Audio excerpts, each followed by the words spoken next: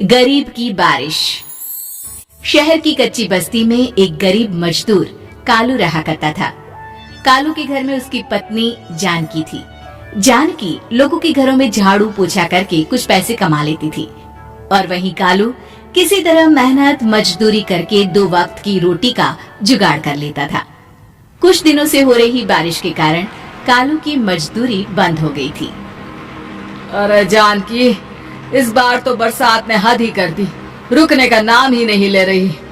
कुछ समझ में नहीं आ रहा, अगर इसी तरह काम पर नहीं गया तो 2 वक्त की रोटी का जुगाड़ कैसे होगा। अरे तुम चिंता क्यों करते हो, बारिश का क्या है, 1 आध दिन में रुक जाएगी और उसके बाद में फिर से काम शुरू हो जाएगा। अरे 3 दिन तो हो गए, बरसात तो रुक ही नहीं रही है और आगे भी रुकने के कोई आसार नहीं दिख रहे। तो क्या हुआ, तुम्हारा काम बंद हुआ है ना। मैं तो अभी भी लोगों के घर झाड़ू पोछा करने जाती ही हूँ। मेरे पगार से कुछ दिन तो निकल ही जाएंगे। अरे घर का खर्चा तो हम किसी तरह चला लेंगे जानकी, लेकिन ये जो छत टपक रही है इसका क्या करेंगे। ये बात तो आपकी सही है। हमारी झोपड़ी अब काफी पुरानी हो चुकी है और इसके छप्पर में भी कई सारे छेद हो गए हैं। रात भर पानी टपकता रहता है। अरे मैं भी इसी बात से बहुत परेशान रहता हूँ, कहीं किसी दिन ज्यादा बारिश आ गई तो हमारी झोपड़ी टूटकर बिखर ना जाए। राम राम राम, ऐसी अशुभ बातें क्यों करते हो। अरे ऐसा कुछ नहीं होने वाला, ये झोपड़ी ही तो हमारा सब कुछ है। अगर यही नहीं रही तो हम जाएंगे कहाँ। ठीक है जानकी, जब तुम्हारी पगार मिल जाएगी तो कुछ पैसे बचाकर झोपड़ी के छप्पर की मरम्मत करवा लेंगे, शायद हमारी परेशानी कुछ कम हो जाए। ठीक है जी, अब ना ज्यादा परेशान मत हो। ये लो खाना खा लो और सो जाओ, सुबह मुझे भी जल्दी काम पर जाना है। जानकी और कालू अपनी झोपड़ी में सो गए। रात को अचानक से बहुत तेज बारिश शुरू हो गई। धीरे धीरे बारिश का पानी कालू की बस्ती में भरने लगा। पानी भरते भरते झोपड़ी के बाहर तक पहुंच गया था। सुबह के वक्त जब कालू और जानकी सोकर उठे, हे भगवान, ये क्या हो गया। बारिश का पानी तो हमारे घरों तक पहुंच चुका है। अब मैं काम पर कैसे जाऊंगी। रहने दो जानकी, तुम आज काम पर मत जाओ। ऐसे पानी से निकल कर जाओगी और बीमार पड़ गई तो लेने के देने पड़ जाएंगे। लेकिन अगर नहीं गई तो मालकिन लोग नाराज हो जाएंगे। आप जानते हैं ना, बड़ी मुश्किल से 1 दिन की छुट्टी भी नहीं देती है। अरे लेकिन जानकी, झोपड़ी के बाहर तो पूरी बस्ती में पानी भरा है, तुम जाओगी कैसे। जानकी जैसे तैसे करके काम पर चली जाती है, लेकिन अगले दिन फिर से बहुत ज्यादा बारिश होती है और बस्ती में ज्यादा पानी भर जाता है। आज तो मैं तुम्हें किसी भी तरह काम पर नहीं जाने दूंगा। अरे अगर तुम्हें कुछ हो गया तो क्या होगा। ठीक है, तुम ठीक ही कहते हो, आज नहीं जाती। अगर मालकिन नाराज हो गई तो मना लूंगी किसी तरह। अरे मनाने वाली क्या बात है, जब तुम बताओगी कि हमारी झोपड़ी में पानी भर गया है तो वो खुद ही समझ जाएंगे ना। अगले 2 दिन तक तेज बारिश होने की वजह से जानकी, कालू और आसपास की बस्ती में रहने वाले सभी लोगों के घरों में पानी भर जाता है, जिसकी वजह से जानकी काम पर नहीं जा पाती। और 3 दिन के बाद जैसे ही जानकी काम पर पहुंचती है, कहाँ थी तुम? पिछले 3 दिनों से काम पर क्यों नहीं आई? मेम साहब क्या बताऊं, इतनी ज्यादा बारिश हो रही थी, हमारी पूरी बस्ती में पानी भर गया है और उससे भी ज्यादा तो मेरी झोपड़ी के अंदर पानी भर गया। आप ही बताइए कैसे आती मैं। इसका मतलब ये हुआ कि बारिश होगी तो तुम काम पर नहीं आओगी। ना ना, मेरे कहने का ये मतलब नहीं था मेम साहब। तुम जानती भी हो 3 दिन से कितनी परेशानी हो रही है मुझे, सारा काम मुझे खुद करना पड़ा। माफ कर दीजिए मालकिन जी, पर मैं क्या करती, आने के लिए रास्ता ही नहीं था, सब जगह पानी भरा हुआ था। बहाने तो तुझे बहुत बनाने आते हैं। जानकी देख, अगर अगली बार ऐसा किया ना तो फिर काम से हमेशा के लिए छुट्टी। अरे ना ना मालकिन, ऐसा मत कीजिए।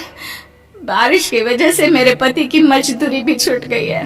बड़ी मुश्किल से घर में 2 वक्त खाने की रोटी का जुगाड़ हो पाता है। आप मुझे काम से निकाल देंगे तो हम क्या खाएंगे। अगर इतनी ही चिंता है तो फिर रोजाना काम पर आया करो। चलो अब जल्दी से जाकर घर का सारा काम करो। बारिश रुकने का नाम ही नहीं ले रही थी। पूरे शहर में बाढ़ जैसे हालात बन गए थे, लेकिन नौकरी जाने के डर से जानकी किसी तरह रोज काम पर जाती थी। एक दिन जब जानकी काम करके अपने घर लौट आई तो अचानक उसकी बस्ती में कुछ लोगों का शोर सुनाई दिया। अरे लगता है बाहर कुछ हुआ है, मैं जाकर देखता हूँ। हाँ हाँ, पता तो कीजिए, ये बस्ती में लोग इतना शोर क्यों कर रहे हैं। बाहर जाकर कालू ने एक आदमी से पूछा, अरे क्या हुआ भाई, इतना शोर क्यों मचा रहा है?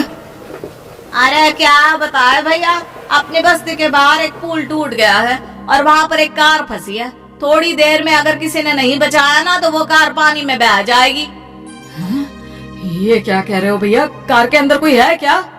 हाँ, कोई औरत बैठी है, अकेली है, बहुत रो रही है बेचारी, मदद के लिए बुला रही है।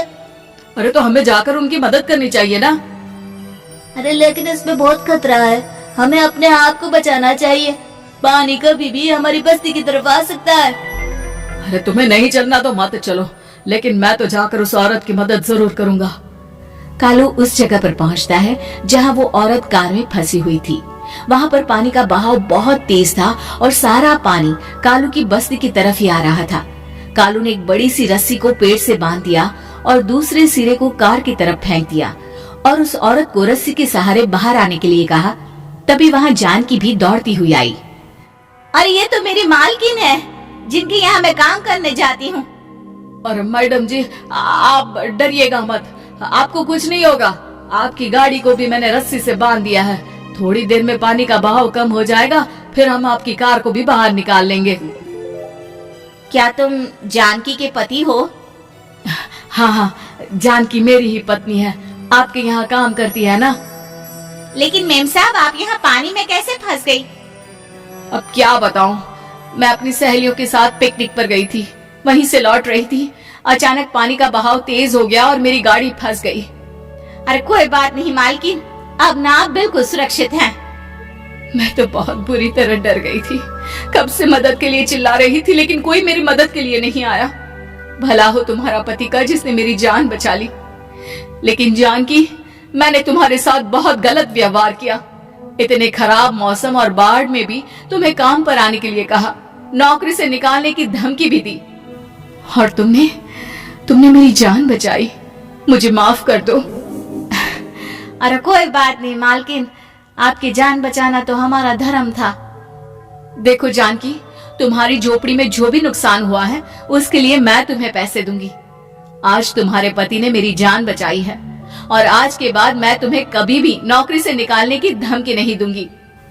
आज मैं तुम्हारी परेशानी को अच्छी तरह समझ चुकी हूँ।